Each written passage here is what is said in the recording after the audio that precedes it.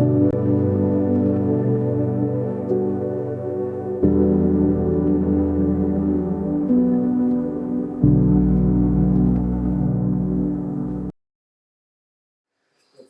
para todos mis hermanos, Yahweh los bendiga, bienvenidos al estudio del capítulo 20 del libro de Levítico.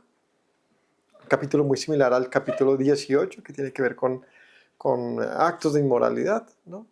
Les invito a que vean nuestra enseñanza, el capítulo 18 fue el sábado pasado. Pero esta es tiene bastante que ver, es como una continuación, tiene leyes equivalentes.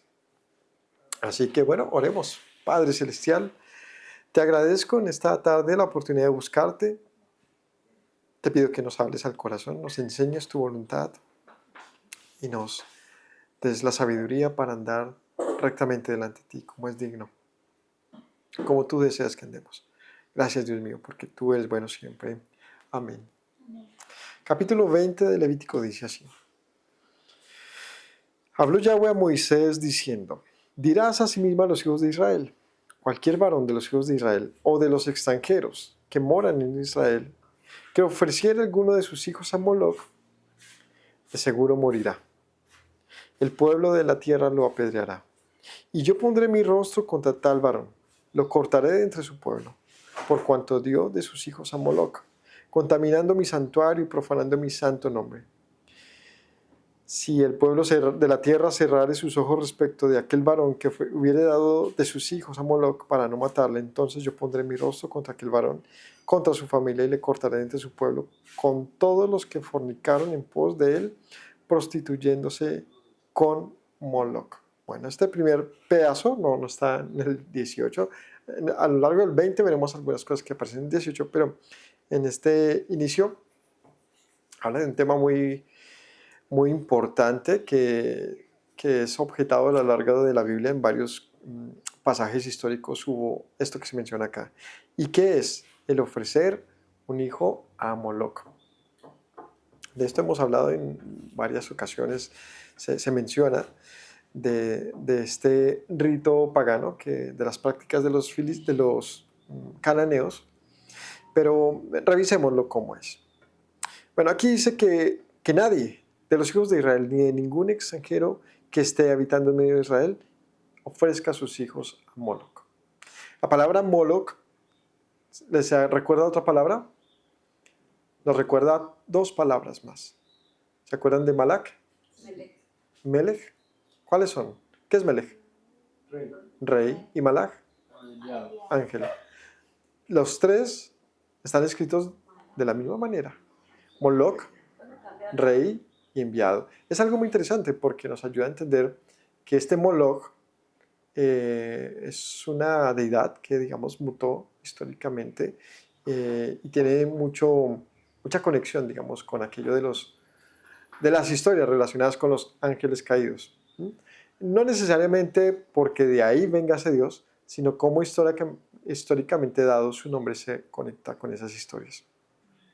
De hecho, en un libro que leí de Dan Brown, no recuerdo, creo que era el símbolo perdido, creo que era ese libro, no recuerdo bien, allí hacen una alusión de eso bien interesante, de uno de los protagonistas de allí que tenía en su nombre una variación de esto de Melech, Moloc y tal. Es muy interesante y allí recuerdo que se hacía ese apunte de cómo se conectan este término con un enviado, un ángel, un emisario, un Melech, con Moloc, que es un dios pagano, y rey, el tema de rey. Entonces, ¿cómo se sabe si es Melech, Moloc, Malak? Bueno, depende de la tradición. Esa es la realidad. Así que dice que si alguno ofrece a sus hijos a Moloc, también podríamos decir a un Malak, a un ángel, o a un Melech, a un rey. Pero aquí se utiliza una manera en que es evidentemente un nombre propio. Es decir, no solamente una palabra, digamos, no un sustantivo común, sino propio. Moloc.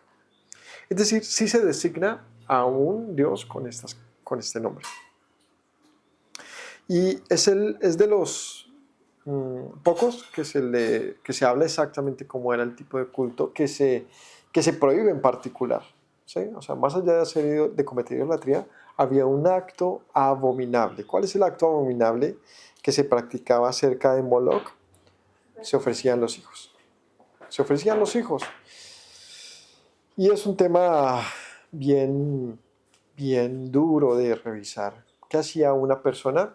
Tomaba muchas veces quizás a su primogénito o a su hijo o a uno de sus hijos y lo ponía delante de una estatua de metal que tenía sus brazos extendidos, así es como se narra, creo que es en el libro de Josefo. Tenía sus brazos así y ponían ahí al bebé. Y en la parte de abajo colocaban fuego, de tal manera que se quemaban. Y para ahogar sus ruidos y llantos del bebé, tocaban con mucha fuerza música estruendosa, es decir, con tambores, ponían ahí bien duro reggaetón, música dura para que tratar de apagar o que se mezclara el llanto del niño con eso. Así se describe en algunas tradiciones lo que podría haber sido ese culto particular. Algo abominable, por donde se piense, ¿quién tomaría un chiquitico suyo y lo sacrificaría en un dolor agonizante público, bajo el fuego y acompañado de sonidos fuertes y todo? Sí demuestra algo que es un concepto que se maneja a lo largo de la Biblia y es maldad. O sea, ¿cómo puede pasar algo como eso? ¿Cómo podríamos permitir tal vileza, tal maldad en medio de nosotros? Este tema de presentar un hijo en sacrificio a Moloch es un pecado de muerte. Aquí dice que una persona que hiciese eso moriría, debería morir. Como apedreado, es decir, sería juzgado por la nación. La nación tendría que levantar su mano en, esto se llama como verdugo, y asesinarlo, matarlo, castigarlo, vengarlo. Y cualquiera, voy a subirlo aquí un poquito más, y cualquiera que no denunciara o que participara en ello también debería morir, dice aquí, porque fornicaron en pos de Moloch, en pos de el que lo haga, prostituyéndose con Moloch. Entonces aquí hay una denuncia grave, ¿no? Y es no solamente participar en idolatría, cometer ritos de idolatría, sino también no, digamos, denunciar a una persona que lo hiciese. Estamos hablando del pueblo de Israel, cualquiera que habite en medio de esa nación. Era un trato muy severo. ¿Por qué? Veámoslo desde dos ópticas. La primera, desde el punto de vista de la idolatría, que ya de por sí es un pecado de muerte. La idolatría es un pecado que se castiga en la Biblia con muerte. No tendrás otros dioses, y cualquiera que comete idolatría pues está juzgado severamente en la Biblia. De hecho, el pecado más denunciado en toda la Biblia acerca de Israel es la idolatría. Pero se suma aquí un acto grave. ¿Cuál es? El de entregar un hijo de Yahweh a otro Dios. Es decir, dice el Señor acerca de su pueblo: me pertenece, es mío. Ustedes los he redimido, son míos. Entonces, que tú tomes a uno de tus hijos que le pertenece al Señor y lo entregues a otro Dios es algo que se suma. Y vendría otro asunto, y es el tema de lo cruel y de lo vil que es esto. A un inocente, la muerte de los inocentes que no pueden hacer nada, tú tomes su sangre y lo presentes de esa manera delante de un Dios pagano, ¿no? Entonces, aquí hay muchas cosas para reflexionar. La primera es lo que puede suscitar como un comparativo, algo parecido con lo que es el tema de Isaac. Que podría alguien decir, bueno, ¿cómo Dios prohíbe al nivel de denunciarlo de esta manera, con muerte, que alguien entregue a su hijo Moloch, cuando le dice a Isaac: entrégame a tu hijo? Y evidentemente, o si no lo recordamos, iba a ser Abraham, iba a ser pues similar. ¿Cómo iba a ser esa muerte? Un sacrificio. ¿Y cómo es un sacrificio? Sangre y fuego. Sangre y fuego. Entonces se pregunta uno, ¿por qué prohibir algo que tiene una historia, a ver, que en otro momento es reclamado, que es pedido a alguien en la Biblia? No es un caso común, es único. Es el único caso en el que sucede algo como esto. Y le dice el Señor a Abraham, dame a tu hijo, tu único. Y ofrécemelo. Y es un pasaje que sin duda puede generar como muchos tipos de críticas. La primera, la obvia, de cómo le va a pedir a Dios, el Señor que mate a su hijo. Y una en particular de lo que estamos revisando, pues esta. Pues, ¿por qué condenar algo que él mismo podría exigir? Entonces, resulta, digamos, un texto un poquito, bueno, bastante polémico, ¿no? No el que prohíba el tema de Moloch, porque uno dice, pues, ¿a quién no? O sea, pues, obvio debe ser prohibido. Pero lo que es aquí un poquito polémico es, ¿y por qué sí se lo pide a Abraham? Hay varias cosas para revisar de ese caso. El primero es, pues que no murió, sencillamente. Independientemente de cómo se dé esa historia, el caso es que nunca murió, ni fue sacrificado, ni fue cortado, ni fue quemado, ni pasó nada de ello. La segunda es que no era un niño, no era un niño, Isaac era un hombre adulto. De manera aquí que vemos a un hombre que de una u otra manera en algún momento de ello tiene que participar, es decir, él no, nadie se va a dejar matar porque sí, nadie, así sea su papá, que llegue tu papá y te va a amarrar, se enloqueció mi papá, lo único que diría. La única manera de que él haya permitido ser amarrado y llevarse casi al sacrificio es porque hubiese estado de acuerdo. La segunda.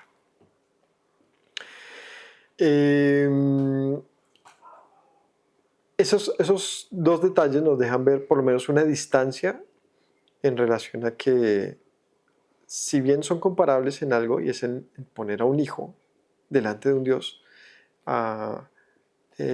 no sé, aunque son parecidos, no son exactos, no son iguales, y por lo tanto no pueden, digamos, uno convertirse sí, en algo digno de volverse en una, ¿cómo lo digo? En una acusación contra el evento de Abraham e Isaac. Pero vamos a analizar un poquito más, porque hay un tercer evento. Este sería los entregados a Moloch, el de Abraham e Isaac, y viene un tercer evento que es diferente, pero que también tiene todo que ver. ¿La qué, no? ¿De la hija del rey? No, el de Yeshua. No, donde estamos viendo que hay como una petición, ¿no? Donde uno se sacrifica por el Señor, porque en el caso de Jonatán y el de la hija de Jefté son diferentes. Ellos se pusieron a decir, voy a sacrificar a alguien. Incluso el de Lot, ¿no? Diciéndole a los ángeles, maten a mis hijas. No, estos casos son diferentes. El de Abraham y Isaac es porque Dios se lo pidió. Y el caso de Yeshua, ¿cómo analizamos este? Es el Hijo del mismo Dios. El Hijo del mismo Dios poniendo su vida en sacrificio, y sí, hasta la muerte. Deja mucho que reflexionar en esto, y es, incluso podría poner un cuarto episodio, y es que el Señor le dice a Israel, redimirás a todo primogénito. ¿Qué significa redimir? Redimir es que nace el niño y tenía que presentarse una ofrenda que equivalía a la vida del niño. Es decir, en otras palabras, si no me presentas redención, morirá. ¿Cómo así? Sí, recordemos Egipto.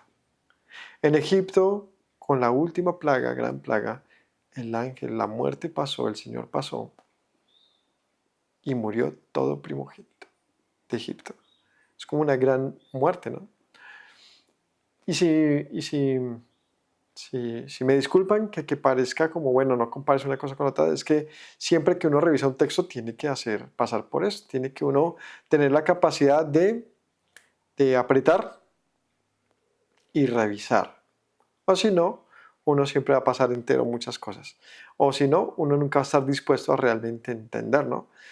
Porque obvio son comparaciones que a uno lo ponen a sudar, y cómo resuelvo acá, cómo pensar acerca de estos asuntos, ¿no? Y se convierten de alguna manera tabúes o simplemente no se tocan. Bueno, lo primero es, revisemos históricamente. El primer evento que se menciona de esto no es el de Moloch, no es el de Yeshua, sino es el de Isaac.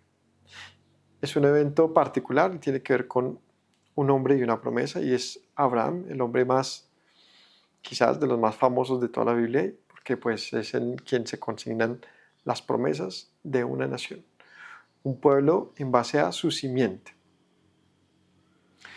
Y para ese momento la simiente de Abraham era Isaac, Ismael, y prácticamente era eso, su esposa era estéril.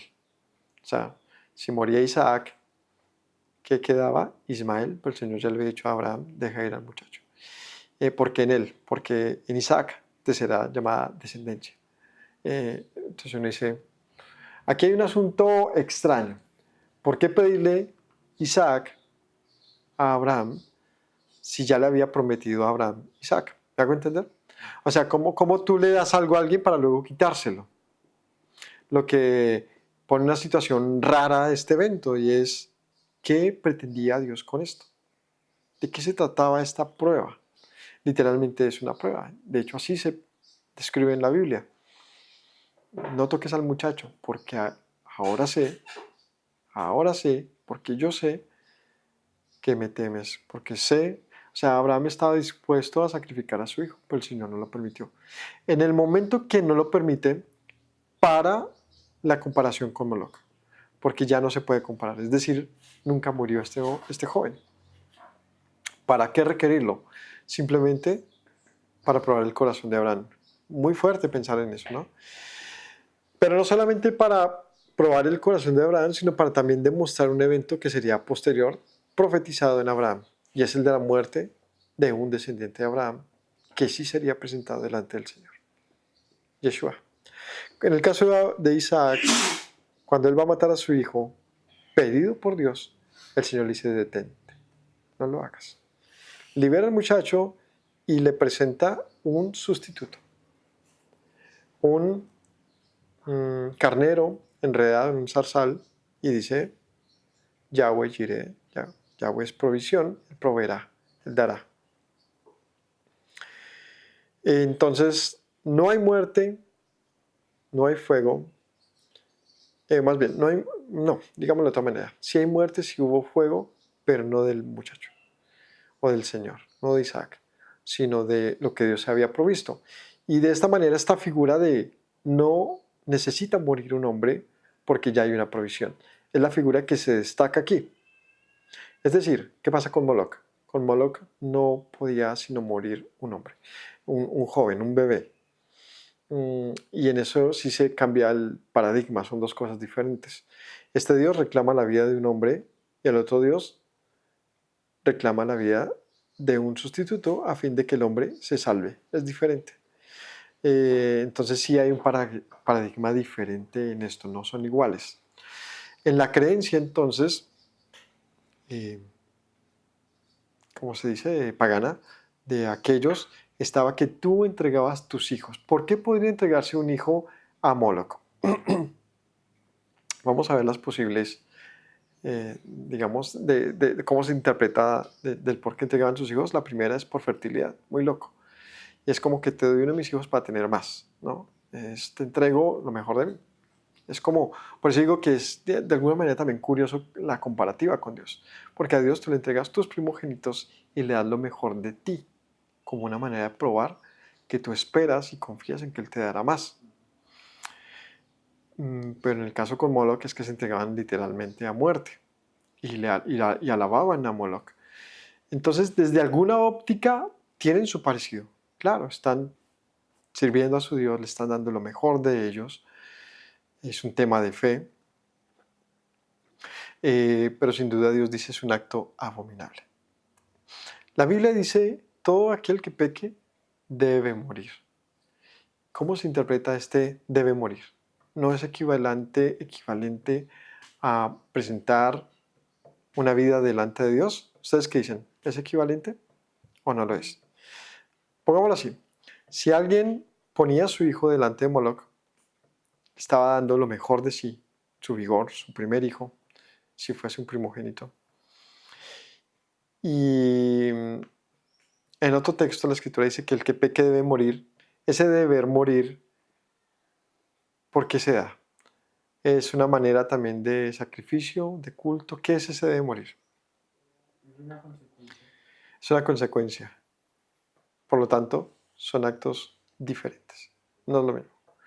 Es decir, lo que motiva a presentar un hijo delante de Moloch o un cordero delante del Señor, o más bien, pongamos esa otra. Los sacrificios por el pecado porque se presentaban Por expresión. por una expiación de un pecado a fin de que la persona viviera, ¿cierto? Si esa persona no presentaba, Morir. moría. ¿Ese morir no es parecido a un sacrificio? ¿Sí lo es? ¿Qué dice la Escritura acerca de la sangre? La sangre le pertenece al Señor, ¿cierto? La sangre le pertenece al Señor. El derramamiento de sangre se da por una causa, tiene una causa, y es el pecado. Y cuando hay pecado, hay sangre. Eso es como lo que se traza. Sin pecado no hay sangre, con pecado siempre va a haber sangre. Lo que pasa es que ¿cómo decirlo? Esto que Dios proyecta a lo largo de la Escritura es que es la conciencia de que el pecado siempre va a traer muerte y que para poder salvar la vida de una persona es necesario que se presente una sustitución, porque si no hay sustituto esa vida se pierde, muere, ¿no? Si tú entregas lo mejor de ti, que es tu propia vida, pues no hay mucho sentido, porque ya muerto, ¿qué hiciste exactamente, no? Es como el que se sacrifica, se tiró, por amor. ¿Para qué lo hiciste? Ya no vas a poder disfrutar de ese amor. Eh, es, eh, es de alguna manera ilógico que una persona se asesine para entregarle su vida a Dios, porque ya no tiene nada que presentarle. Es decir, la pierde.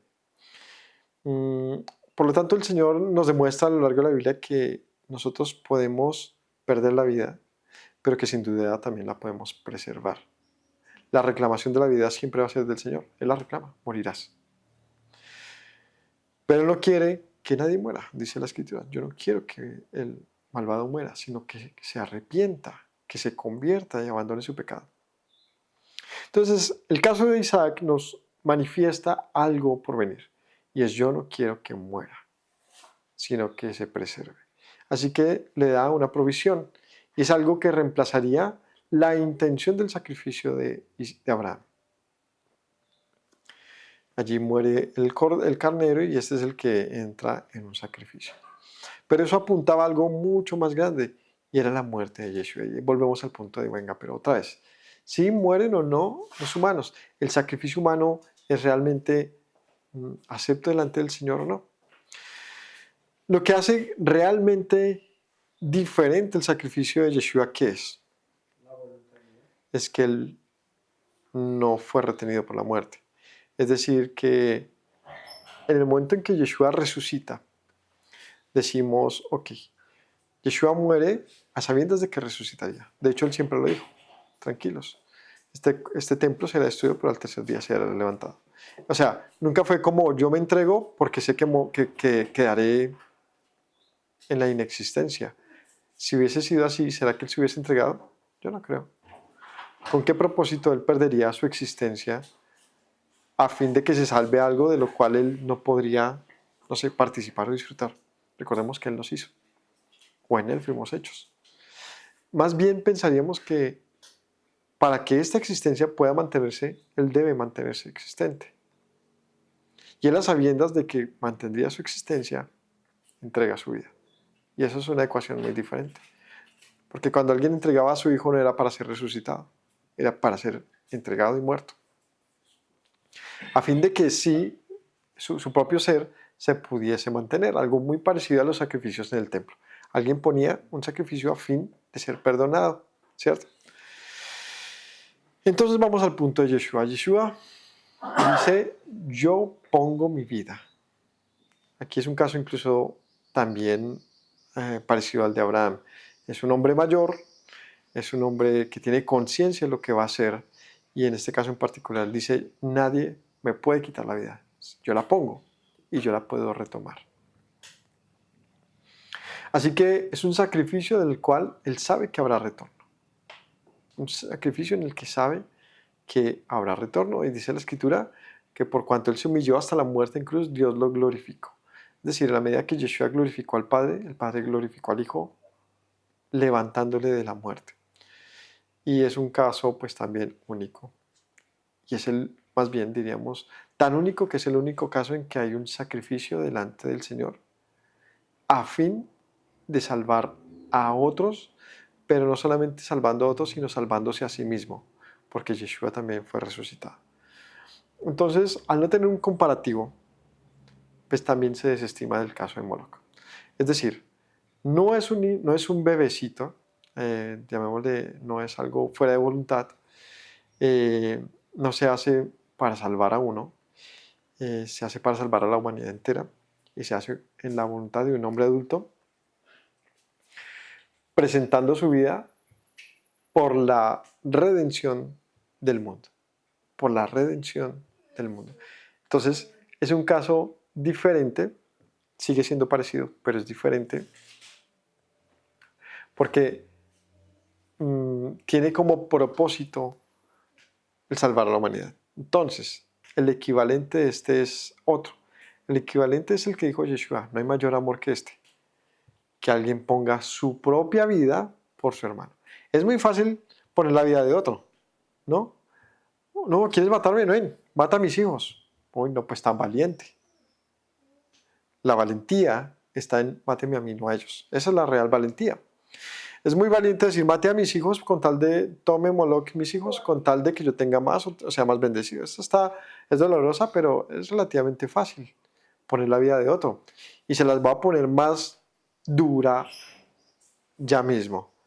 Que tú digas, yo prefiero abortar a fin de salvarme yo mismo, es exactamente la misma. ¿Salvarte de qué? Pues es muy difícil. Si tú tienes un hijo hoy en día, pues ¿qué? ¿Qué vas a hacer con tu carrera, con tu trabajo? Y si el padre no quiere apoyarte. O sea, cuando tú estás dispuesto a poner la vida de tu hijo a fin de supuestamente tener un mejor futuro, estás haciendo exactamente lo mismo de los que ofrecían a sus hijos a Moloch a fin de tener una vida más próspera. No tiene nada que ver con redención. No tiene nada que ver con amor, sino más bien con egoísmo. Es muy diferente. No hay mayor amor que este. Y entonces la mujer está a punto de morir en su parto y le dice a su esposo que muera yo y no el bebé. Es otra cosa. ¿Quién lo podría hacer? No sé. Eso es muy difícil. Pero el niño no va a poder escoger. Le toca a ella. Seguramente en la mayoría de casos creería que la decisión no la va a tomar ella, la va a tomar el marido. Que te quedes tú. Puedo tener más hijos. Igual lo hace por amor.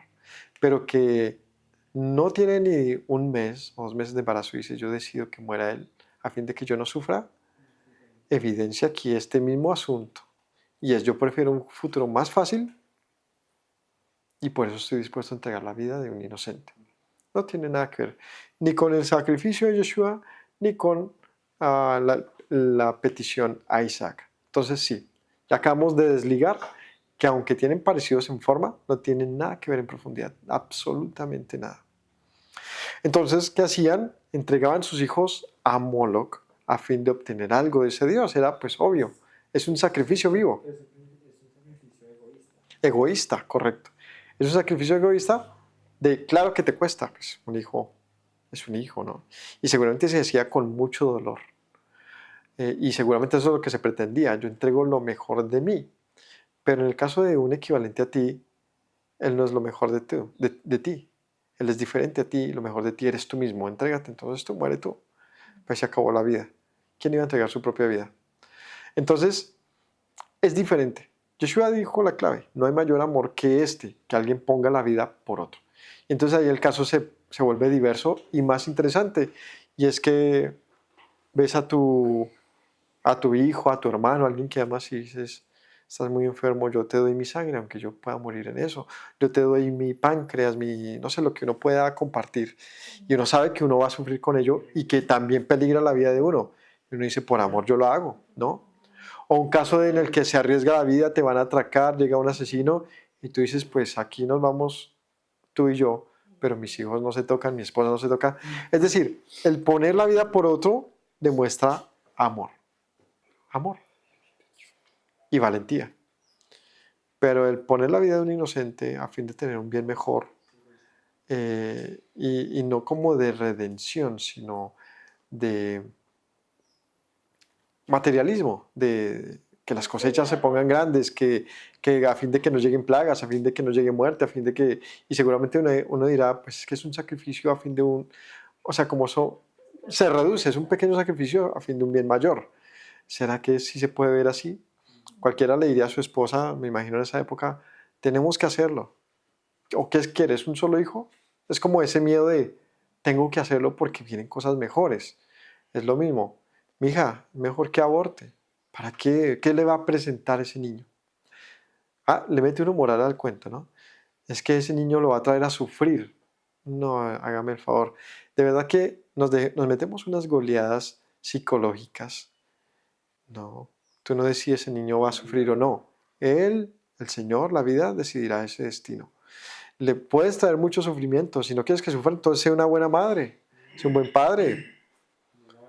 No lo abandones, edúcalo. No hay plata, no te preocupes. En una generación pasan muchas cosas y puede llegar la plata en cualquier momento. Pero decidir por él, que él deba o no sufrir, no te hace una buena persona. No te hace una buena persona. Yo te pregunto, si estás pensando en abortar, a ti, si pudieras decidir, ¿tú le hubieras dicho a tu papá en su momento, abórtame? ¿O le dirías, tenme? Es una pregunta difícil, dependiendo de la historia de cada uno, pero en dado presente, en dado momento uno no diría, yo me privaría de esta realidad.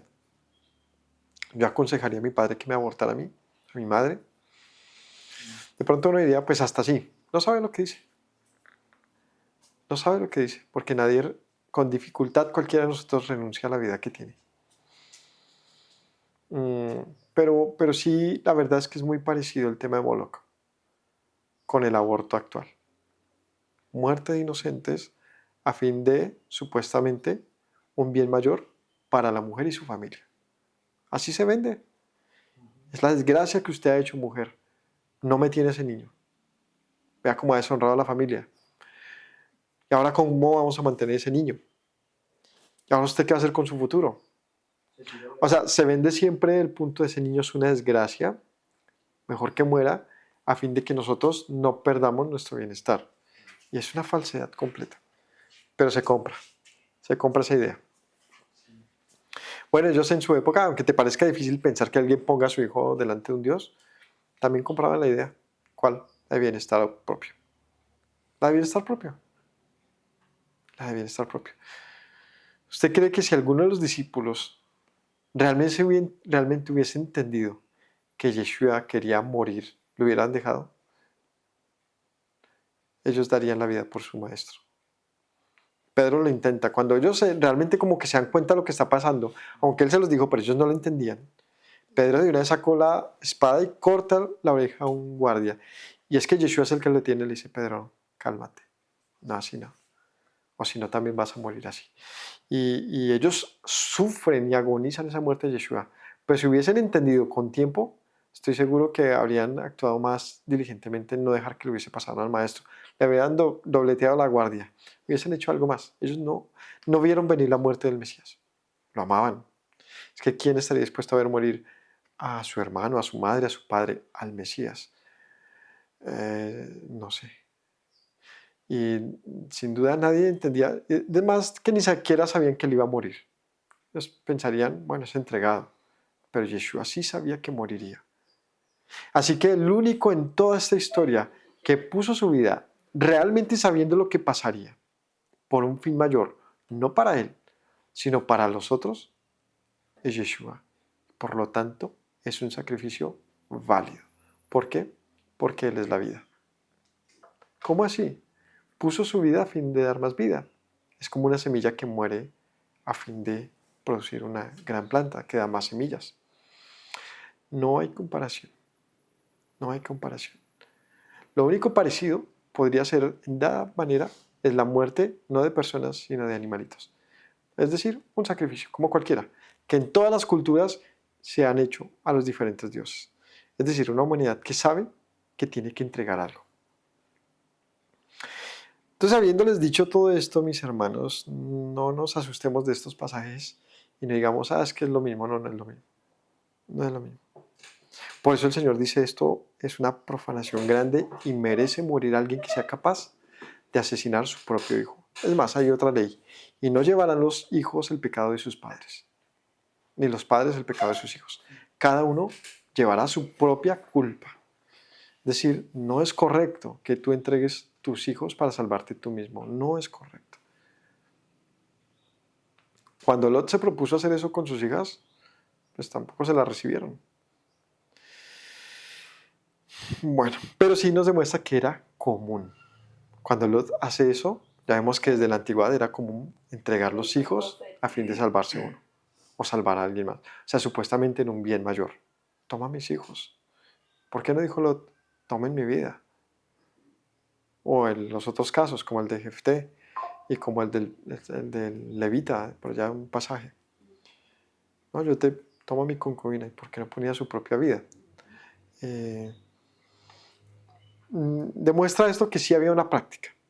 Más allá de que si eran buenos o malos, es la práctica antigua de poner algo muy valioso de uno que no era la propia vida, sino un familiar, una esposa, las hijas, los hijos. Y esto vemos, de acuerdo a este pasaje, que era algo abominable para el Señor. Y sí, hubo reyes incluso, reyes de Judá, que hicieron esto, y reyes de Israel, que presentaron sus hijos a Moloc. Tremendo.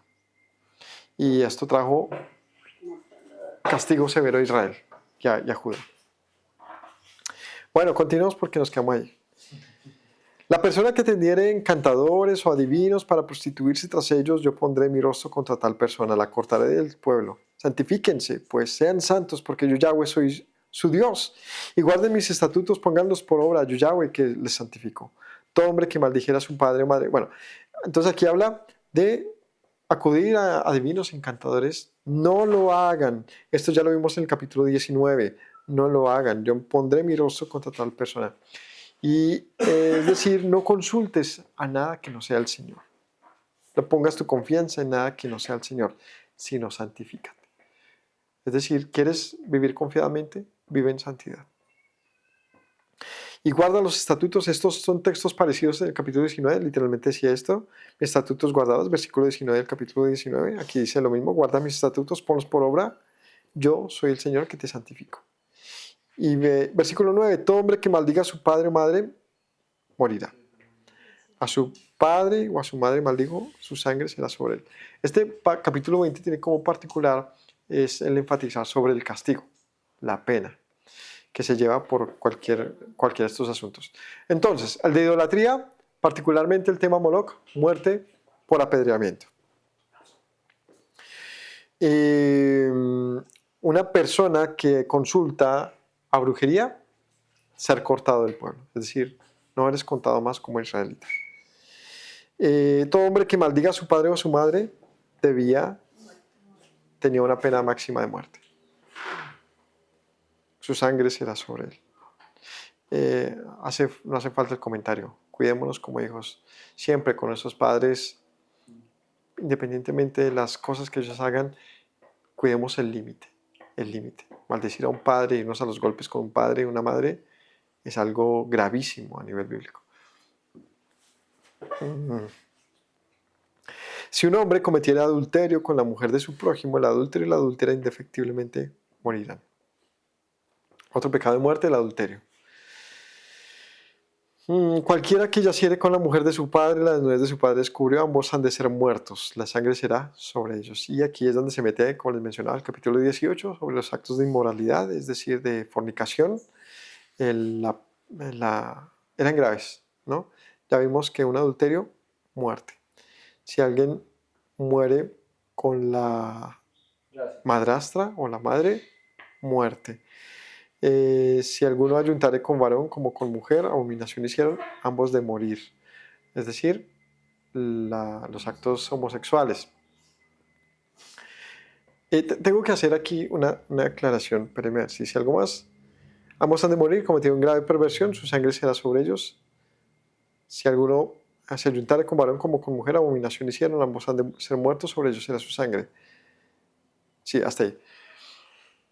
¿Cuál es la aclaración? En la escritura, el único acto, o por lo menos en la Torah, el único acto de, ¿cómo se llama esto? Es esto. No, Perversión.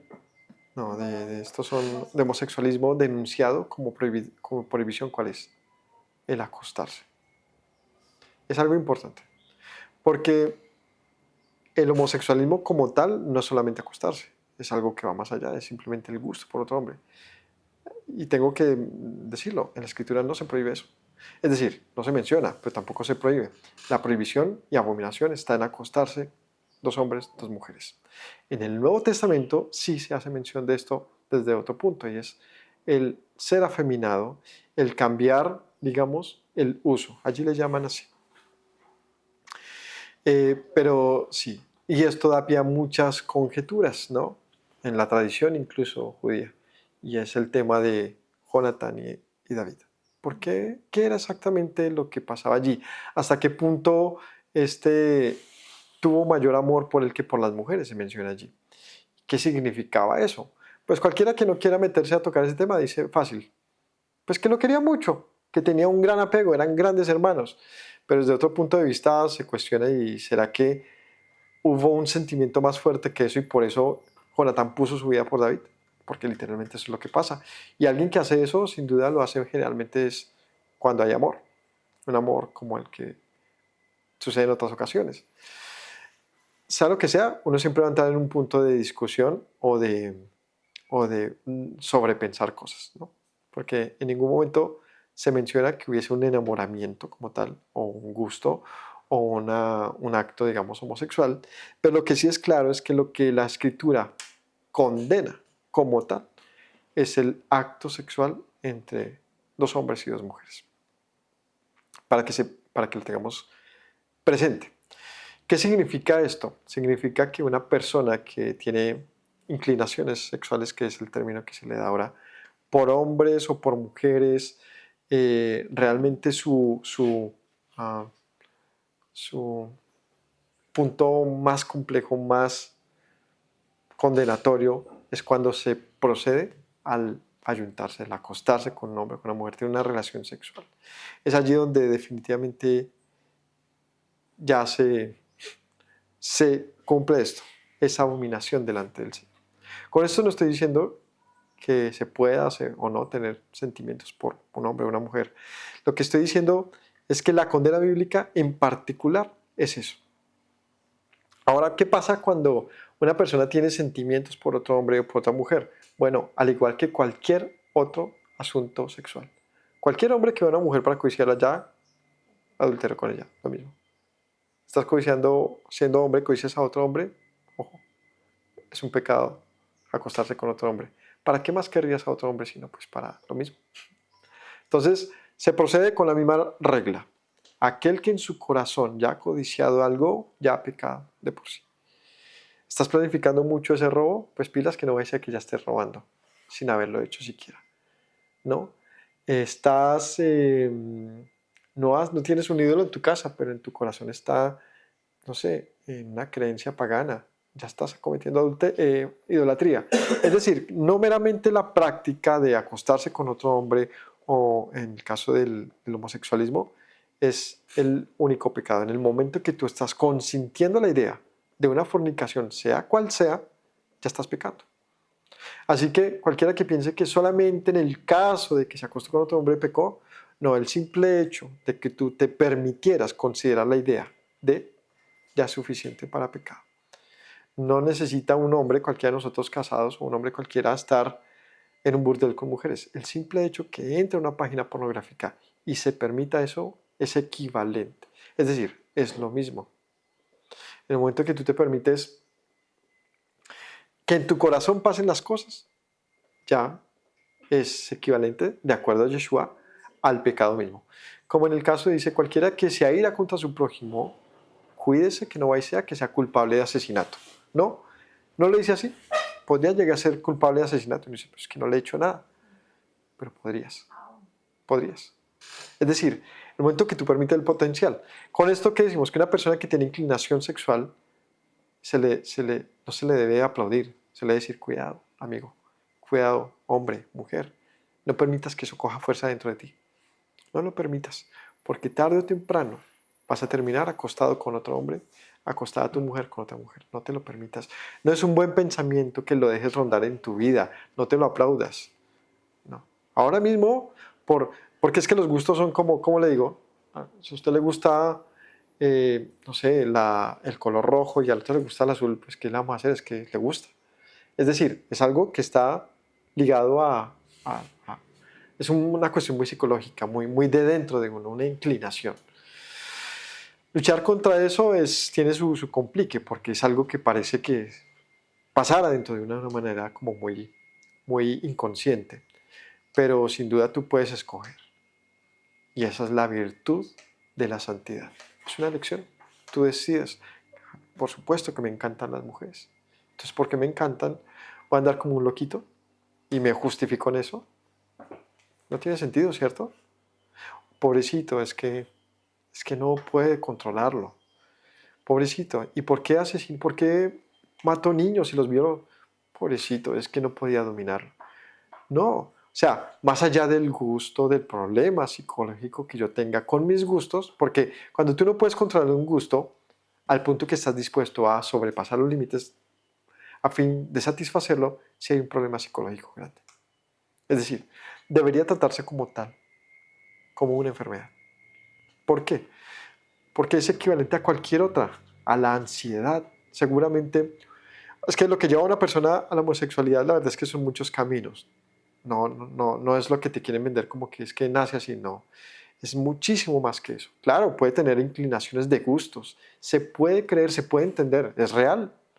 Yo conozco hombres que son muy afeminados y no son homosexuales, pero tú les notas cierta cosa y muchas veces es porque desde niños, no sé, fueron criados con mujeres o simplemente les gusta ser así. Es decir, hay un gusto en ello. Se siente cómodo con eso. Hoy en día se aplaude, entonces se siente más cómodo. Es una forma de verse, se siente más cómodo.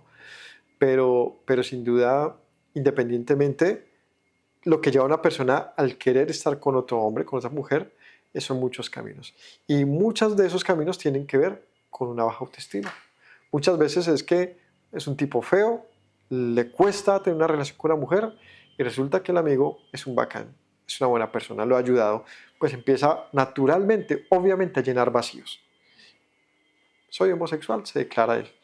Y entonces ahora ya no piensa diferente. Ahora cree una idea y la consolida. Y se declara y sale del closet. Y es que esto es lo que me gusta. No necesariamente. Es decir, como hablamos esta mañana, las ideas se convierten en hechos. Lo que tú crees puede hacerse una realidad. Esto es algo psicológico. Si tú le dices a alguien que puede ser algo, puede serlo entonces. Pero vuelvo al punto. El problema va más allá de los gustos. Creo que el gusto, las inclinaciones es una alerta, ¿no? Es decir, contrólalo, domínalo, antes de que te coja ventaja. Te coge ventaja, esa es la realidad. Con hombres, con mujeres, con lo que sea, todo aquello que codicias te puede controlar. Entonces, dicho esto, sí, el ser afeminado, el tener un gusto por el mismo sexo, es algo que puede estar en una persona, pero es de esa persona el poderlo controlar y someterlo. O entonces volvemos al punto heterosexual. Entonces, ¿cómo te gustan las mujeres? Entonces vas a ser el más cachón, vas a poner la infidelidad posible y todo el mundo tiene que decirte, pues entendámoslo, pues le gustan las mujeres. No tiene sentido. El sentido está en que, pues domínese, respete la pareja que tiene, respétese a sí mismo, respete. Lo mismo con el homosexual. Lo que toca decirle a una persona homosexual, más allá de tantas voces, es decirle, tú puedes controlarlo, tienes que hacerlo. O si no, dile al drogadicto que nunca domine sus drogas. O si no, dile al alcohólico que no domine su alcohol, que no tiene por qué hacerlo. No tiene que hacerlo. Es su cuerpo, es su vida la que está en juego. Lo mismo con el homosexual. Así que con mucho cariño se les dice pilas con llegar a este asunto de ayuntarse un hombre con hombre, una mujer con una mujer. Delante del Señor es un acto abominable. Pero para llegar allá hay que empezar por un punto y es el que tú consideres la idea. Y muchas veces es a las malas. Es un papá, un tío, un hermano que te violenta de niño y pues creces con ese logro desbloqueado. No hay pudor, ya no hay nada. Y tú lastimosamente pasas a un punto donde te lo permites y ahora lo buscas. Es muy, muy triste, muy doloroso. Pues entonces siéntete así, con una persona que ha pasado por algo muy difícil. No te lo apruebes. Lucha contra eso. Cámbialo, ¿no? O sea, una mujer que la violaron toda su vida, ahora, ¿cuál es su futuro? ¿Tiene que ser la prostituta? ¿Por qué? ¿Por qué ese tiene que ser el camino? ¿Por qué ella tiene que ser la maltratada de la familia? Y pues para ese lado también hay profesiones, entonces no le juzgues. No, pues obvio, no se trata de juzgar, pero decirle, mujer, hay más caminos, hombre, hay más caminos. Y además que en esta época también todo este tema de la homosexualidad también tenía un propósito religioso, idolátrico. Y a esto se le llamaban los perros y las prostitutas. Es decir, los hombres y mujeres se prostituían a fin de ofrendas a los dioses. ¿Cómo la ves? O sea, no era solamente por gustos. No, es que era una manera ritual. No sé cómo funciona, de verdad, no tengo la más mínima idea, pero había lugares donde entraba la gente a comprar. Pagabas a un prostituto, a una mujer, según el gusto de aquel o aquella, y pues pasaba de todo allí.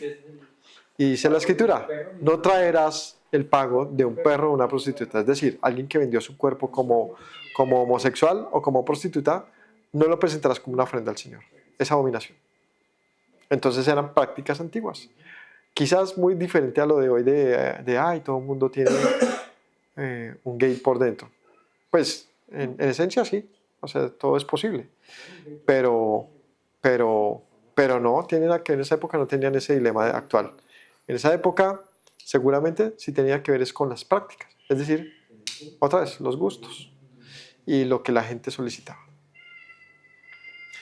Así que era un pecado abominable, se pagaba con muerte. 14. El que tomare mujer y a la madre de ella comete vileza, matarán con fuego a él y a ellas para que no haya vileza entre vosotros. Pecado bien, es de los pocos pecados que se menciona un castigo de ese estilo, ¿no? Y es con fuego. Y en este caso es un hombre que se acuesta con la mujer y con la hija. Cualquiera que tuviese cópula con bestia morirá. Matarse a la bestia, no la zoofilia. Si una mujer se llegare a algún animal para ayuntarse con él, la mujer y el animal matarás, morirán. Su sangre será sobre ellos. Si alguno tomare a su hermana, hija de su padre o hija de su madre, y viere la desnudez y ella viere la suya, es cosa execrable, morirán.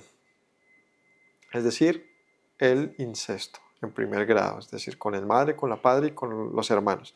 Arriba mencionamos el de la madre, aquí se menciona el de los hermanos. La madre y la padre. ¿La madre y la padre? La padre y el madre. La madre y el madre. La padre y el madre. Cualquiera que durmiere con mujer menstruosa y descubriere su desnudez, su fuente descubrió y ella descubrió la fuente de su sangre. Ambos serán cortados de entre su pueblo. Este no es un pecado de muerte, pero eso es un pecado grave.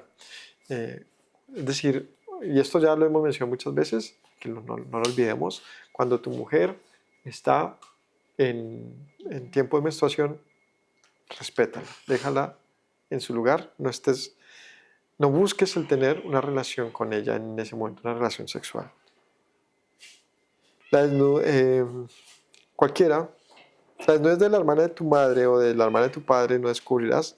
Al descubrir la desnudez de tu parienta, la iniquidad llevarán. Cualquiera que durmiere con la mujer del hermano de su padre, la desnudez del hermano de su padre descubrió, pecado llevarán, morirán sin hijos.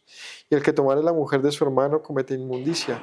La desnudez de su hermano descubrió, sin hijos serán. Aquí ya habla de un segundo grado, ya son los tíos y los cuñados. Cuando te metes con un cuñado, con un tío, llevas pecado, no tendrás hijos. Guarda pues todos mis estatutos, todas mis ordenanzas y ponlos por obra. no sea que te vomite de la tierra en la cual yo te introduzco para que habites en ella. Y no andarás en las prácticas de las naciones que yo echaré delante de ustedes, porque ellos hicieron todas estas cosas y los tuve en abominación. Pero a ustedes, les he dicho, ustedes poseerán la tierra de ellos. Yo se las daré para que la posean por heredad, tierra que fluye leche y miel. Yo Yahweh, su Dios, que les he apartado de los pueblos. Por tanto, ustedes harán diferencia entre animal limpio e inmundo, entre ave inmunda y limpia, y no contaminarás tu persona con los animales, ni con las aves, ni con nada que se arrastre sobre la tierra, los cuales he apartado por inmundos. Han pues de serme santos, porque yo Yahweh soy santo, y os he apartado de los pueblos para que sean míos. El hombre o la mujer que evocar espíritus de muertos y se entrega a la adivinación, ha de morir, serán apedreados, su sangre será sobre ellos. Es un texto bien duro, ¿no? Habla de todos los pecados de muerte. Acabamos de leer los famosos pecados de muerte. Es decir, en la mayoría decía indefectiblemente morirán.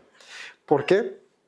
Lo dice al final, porque estas eran las prácticas de las naciones que habitaban allá, que yo deseché, y que ustedes pasan a tomar su tierra. Si ustedes hacen lo mismo que ellos, los vomitaré de mi boca. Los vomitaré. Este siempre es un punto de reflexión. ¿Quién debe habitar la tierra prometida? Un pueblo que se santifica delante del Señor. Prácticas prohibidas de muerte y por las cuales es escupido un pueblo, es decir, es desechado para habitar la tierra prometida. ¿Cuál? Incesto, idolatría, homosexualismo.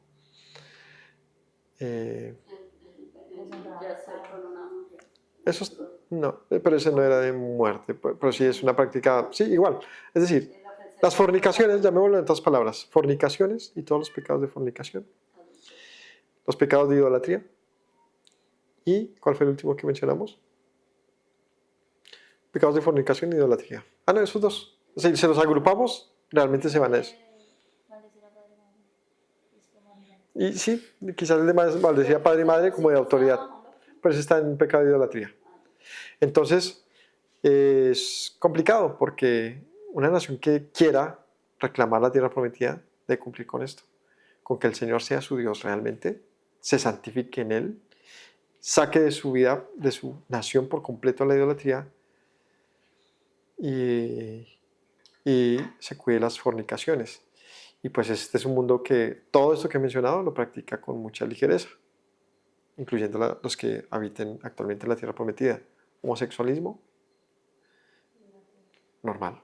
No solamente normal, sino bandera en ello. Idolatría, pues bueno, ha sido difícil, no tanto porque quieran practicarlo, sino porque están mezclados, ¿no?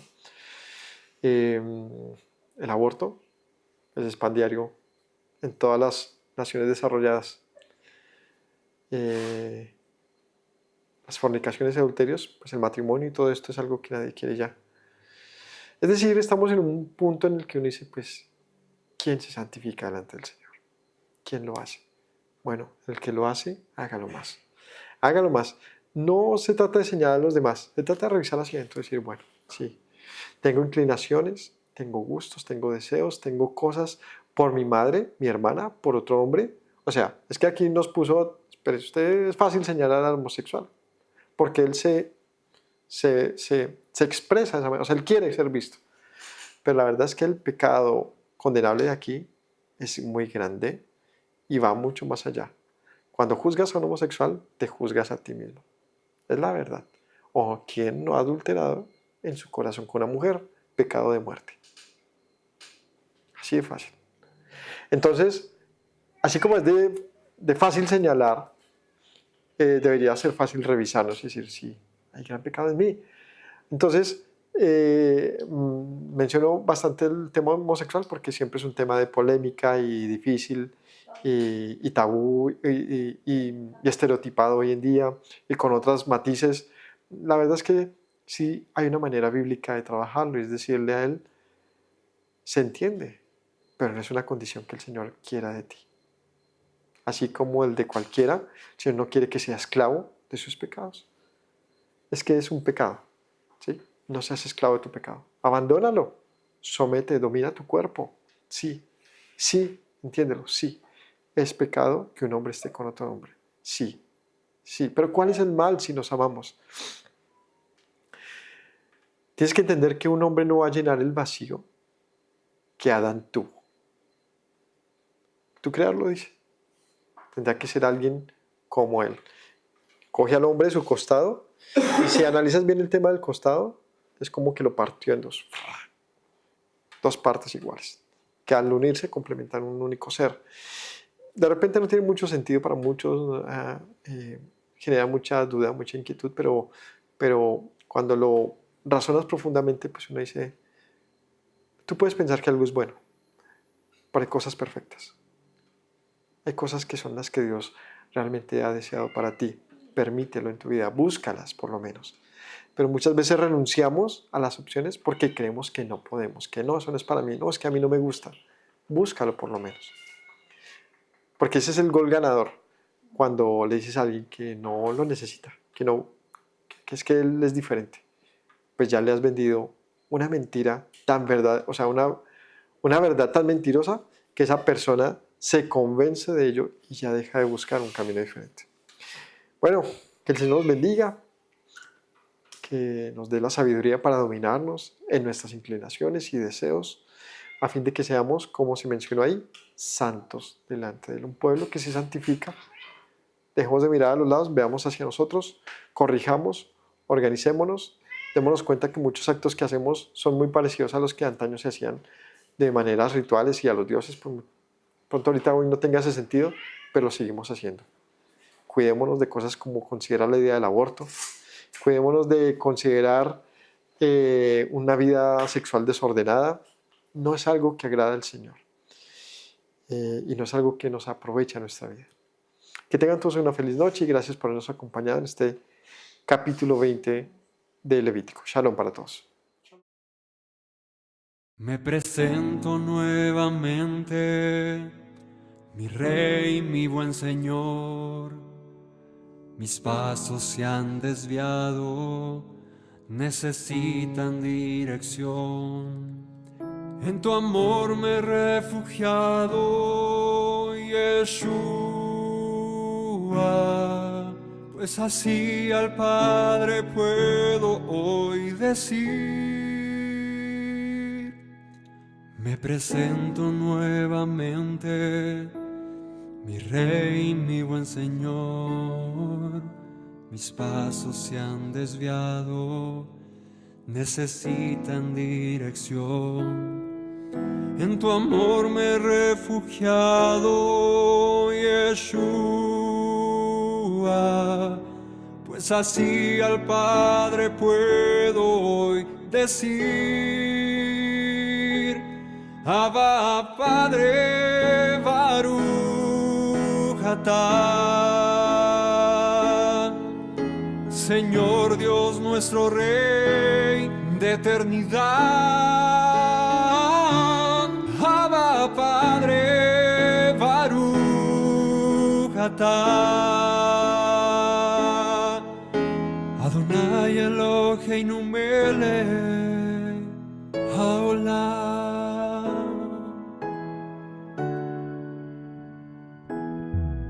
Me presento nuevamente, mi Rey, mi buen Señor.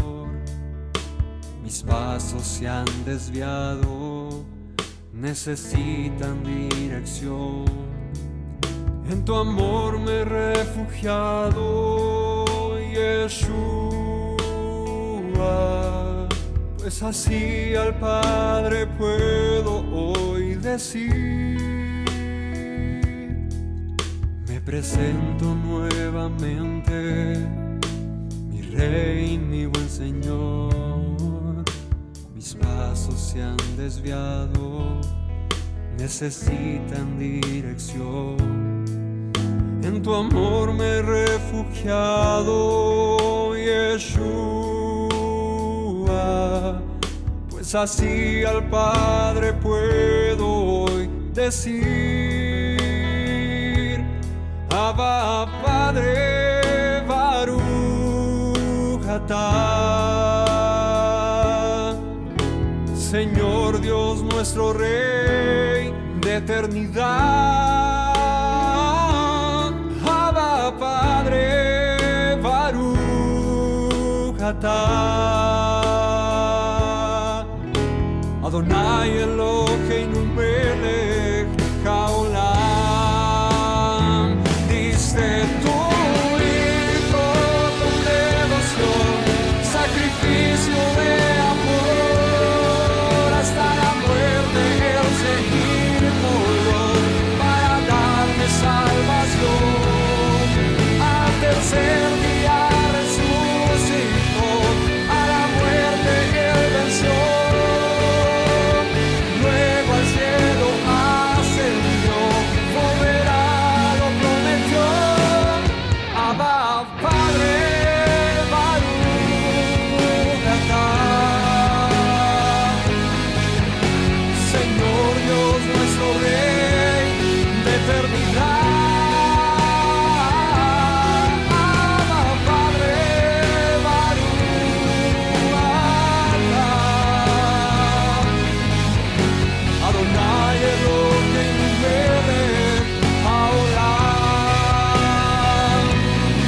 Abba, Padre, Baruch atah. Señor Dios nuestro Rey de eternidad. Abba, Padre, Baruch atah.